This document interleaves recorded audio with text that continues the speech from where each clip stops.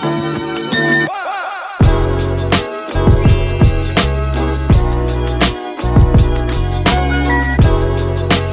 y'all, what's up? It's your girl Nina Code, and I'm back with another video. And I know what y'all thinking. Where have you been? Well, you might not be thinking that, but if you were wondering why I haven't posted a YouTube video, I recorded that video. I feel like when we was we in quarantine? We were still quarantined, but I had went back to work. Life just got a little hectic. I am not a good planner. I was like, okay, I'm gonna record a video, and it just never happened. Then everything started going on. I was like, okay, I want to focus on, you know, everything that's going on. I did record a video about it. Even before that even happened, I was vlogging and I was supposed to edit it, but the SIM card that's on, for some reason, it just did not want to upload to my computer. So I really don't know why. I don't know how to fix the problem. I don't know how to fix the issue. But more of the story is I have a lot of content on my other SIM card, but it just doesn't want to give it to me. It's like, no, it's mine. You can't have it. So, you know, I didn't plan on recording a video on June 20th. I wasn't given a choice. I do want to say Black Lives Matter. Black lives will always matter. All lives won't matter until Black Lives Matter. That's the end of the story. So you keep that over there. If you feel offended by Black Lives Matter, the movement, I don't think you really understand what the movement represents, and I think that you should get educated.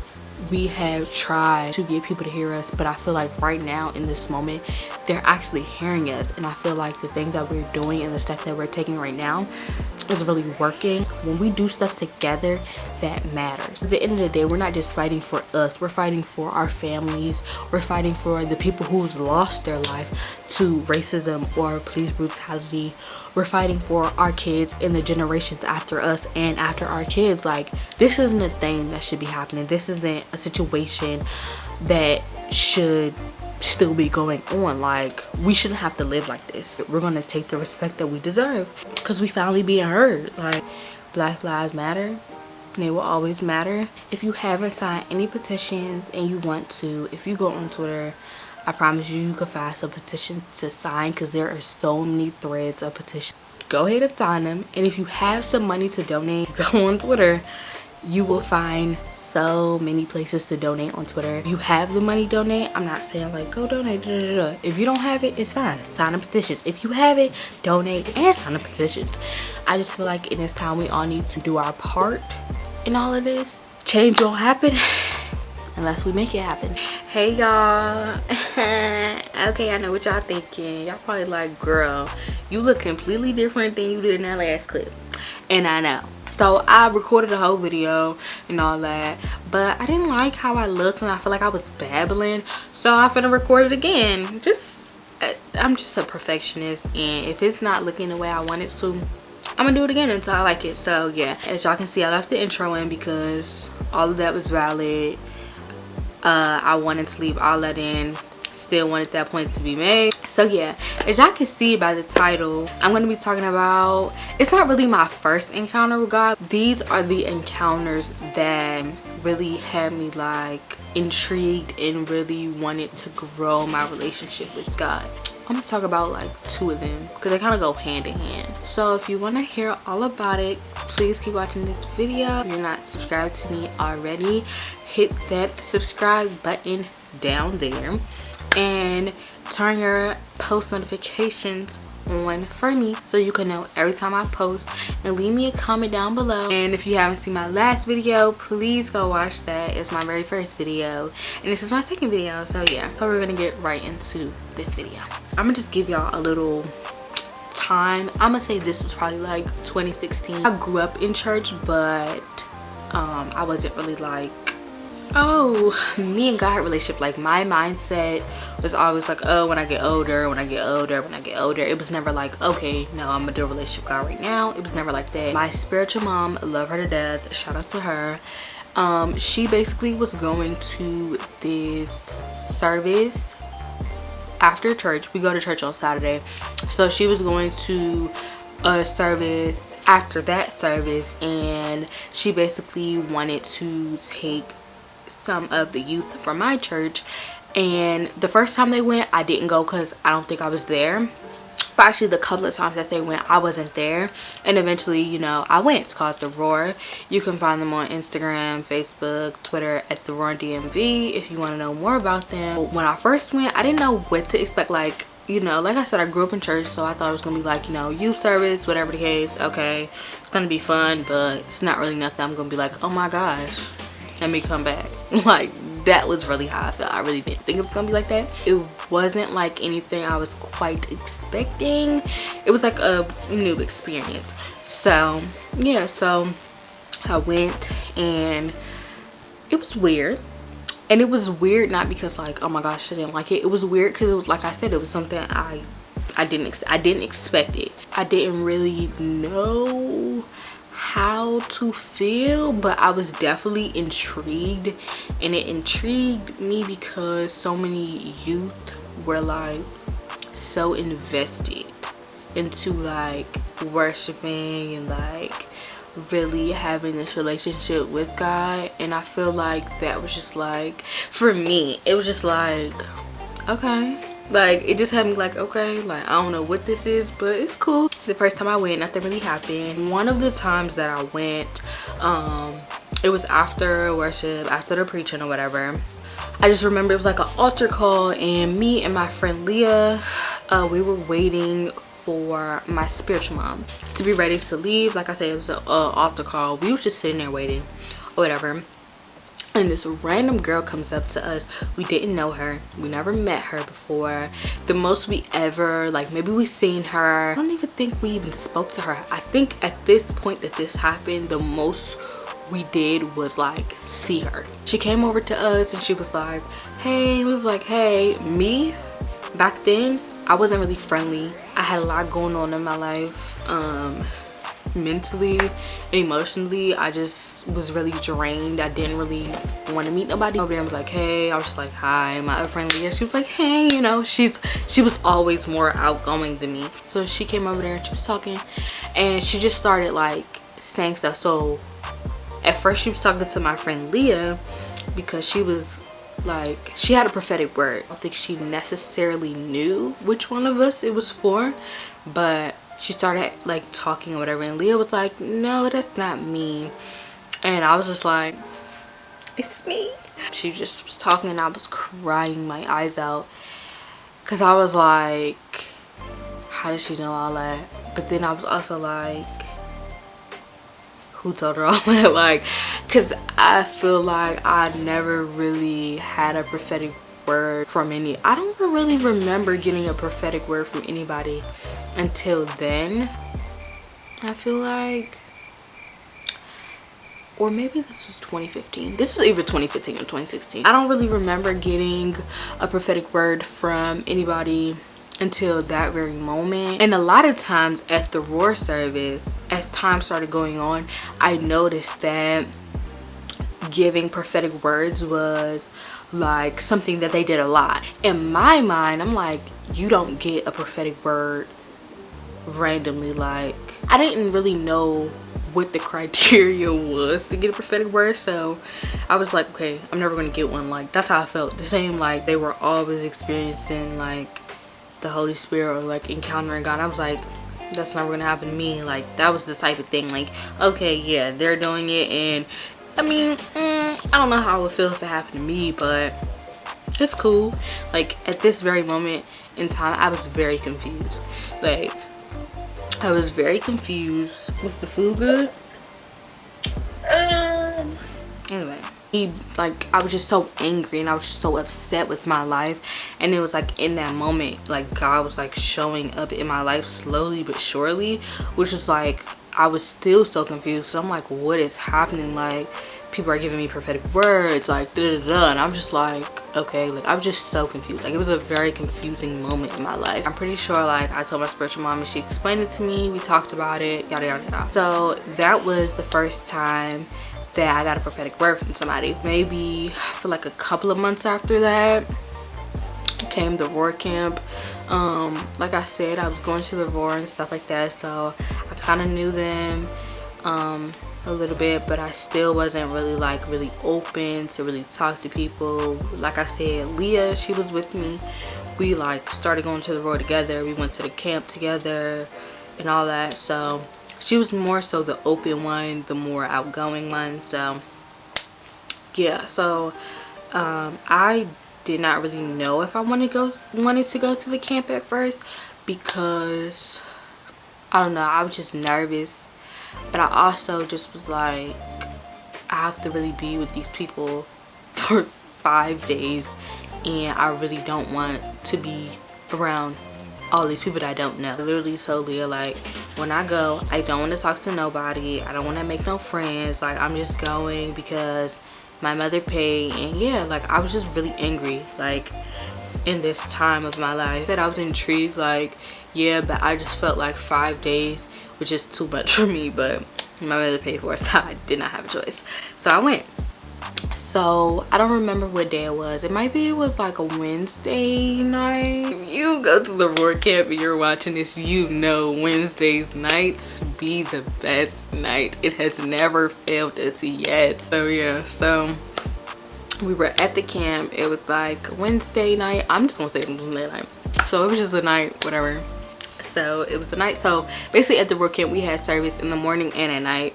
It might sound like a lot to you, but it's really fun. So it was a really good worship, and I just remember, like, I think if I'm not mistaken, it was like time after the worship, like we're doing the worship. No, I don't really remember how this happened. All I remember is the worship was really good, whatever the case may have been, I don't know. I remember the worship was over and everybody started going back to their seat, but it was like you can, like, I just remember you can feel like the change in the atmosphere, like the Holy Spirit was there. Everybody was feeling it, like, literally. Because I remember I was just watching, like, I was literally just watching, and I just literally remember seeing people like just get the Holy Spirit, and I was just like, okay, like, because at that point I was used to it. But then I'm sitting there and then, like, I start like feeling it. I remember I was just like I was really like, what's going on? Like, I was really trying to act like what was happening wasn't happening, or like it wasn't like a shouting or anything, because that's what I was used to in my church when I was growing up. Like, my body was like shaking, and literally I was trying to pretend like my body was not shaking because I was so confused and I was so scared, and I was just like sitting there like it's so funny now, because like thinking about it now, it's just so funny, because I literally was just like, and like meanwhile my body is literally like shaking and people can see me shaking. Like, it's not like they was like staring at me like, oh my gosh, like, no, because of course they're like, oh, okay, like this is a normal thing. But me, I'm like, I don't know what's going on, so I'ma just act like it's not going on. My spiritual mom, she's looking at me and she's like, I'm pretty sure in her head she's looking at me like, so she just gonna act like nothing's happening, okay? My friend Leah, she's looking at me like, so she's not, like, everybody, like, at that point them two just looking at me like, so she gonna act like what's happening isn't really happening. Like, I'm really just sitting here and like normal, like, and eventually I start crying because I'm like, oh my god, this is so much, like I was just a lot. So my spiritual mom, she came over there and like she was like rubbing my back, whatever, and then like she eventually caught the Holy Spirit, so she walked away. It was just a mess. Like, it was really a mess. It wasn't a mess, but it was just like I didn't know what was going on. And then like my spiritual mom, she felt the Holy Spirit, so like she was doing her own thing, and I'm just sitting here like, all right. So, and then Leah, she was feeling the Holy Spirit too. It was just a lot. So then this other lady, she came over to me and she was just like basically like praying for me and stuff. I think she asked me, she was just like, like, have you ever felt like this before? And I was like, no. Well, it's like that, but I was like, no. And then, and then she basically was like, what does it feel like? And I was like, it feels like because I really remember it feels like a ball of electricity like jumping around in my body. And she's like, okay, da da da. So yeah, and I just was so confused. But yeah, so she was praying for me and stuff, and like as time kept going on, like I was looking around the room and like people was doing the same thing as me. So I'm like, okay, well, she was praying for me and stuff, and she was basically trying to get me to speak in tongues, but it didn't happen. And after that day I kind of wanted to speak in tongues so bad after that, and eventually it happened. It did. Period. Okay, and the moment I spoke in tongues for the first time, when I tell you, I felt like I overcome so much. Like, bro, all right, that was just a story for another day. Okay, but just know that experience, like that night that I spoke in tongues, that night was so crazy. So that happened. That was like the first time like I felt the Holy Spirit like that. Also, another thing, I seen people like laughing. I'm like, that was one thing I was very confused about, because I ain't never seen that before. I ain't never seen that before. So I was very confused, but I always wanted it to happen to me. If you wanted to know, yes, it's happened to me. It has happened to me multiple times. It's the best feeling in the world.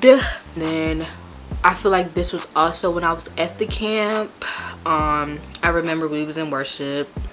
I feel like this one was a morning service, and I was just, me and Leah, we was in worship, and I just like kept looking at this girl. Like I could not stop looking at her and feeling like I need to go hug her. So I was like, Leah, I don't know why I feel like I need to hug her. She was like, go hug her. And I'm like, no. The more I did not want to go hug her, the more I felt like I needed to go hug her. Mind you, I did not know this girl from nothing. I never met her before. So I'm like, no, but I really didn't have a choice. I literally had to go hug her. That's what it felt like. I had to. So eventually I went over there to go hug her. I didn't know her, thought it was weird, because again, I wasn't with the whole new people thing. You know, God was really like, you ain't got no choice. You're gonna talk to these people. And then when I was hugging her, I kept hearing this thing in my head. Asked her if she insecure, and I'm like, no. Like in my head I'm like, no. And I'm like, what? Why would I ask her that? I don't even know her from nowhere. And I was just like, I'm not finna ask her if she insecure. No, that's not happening. I'm not doing that. No, God! No, God, please, no! But eventually, again, I didn't really have a choice. I was like, are you insecure? And she was like, yeah. And I was like, oh my God, don't be insecure. You're so beautiful, da da da. And then eventually I started crying, because I'm like, oh my gosh, how did I know this? What is happening? What is like, I really did not know what was going on. I'm like, bro, what? I was like, was that just, like in my head I'm really thinking like, that was a good guess. Like, no. Holy Spirit, he told me. Like, those were like my, not really first, but those are the first encounters for me that really made me like, okay, God. I literally feel like those was the ones that set me and God's relationship off. Literally, like the first encounter that happened, it was like, okay, like it felt like, okay, like somebody was holding a match, like, okay, do you want to light this fire or no? The second encounter was like, all right, we're finna light this fire. And the third one was like, all right, let's throw some coal in there and let's light the fire even bigger.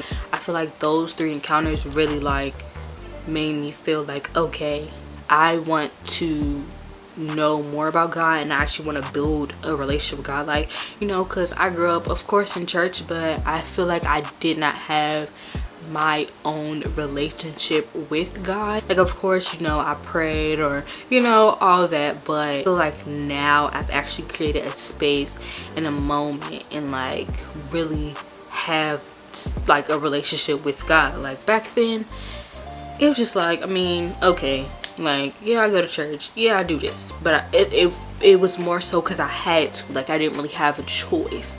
But now it's like I have a choice and I'm choosing God. But thank you for watching this video. I hope y'all like this video. It was like a mini story time.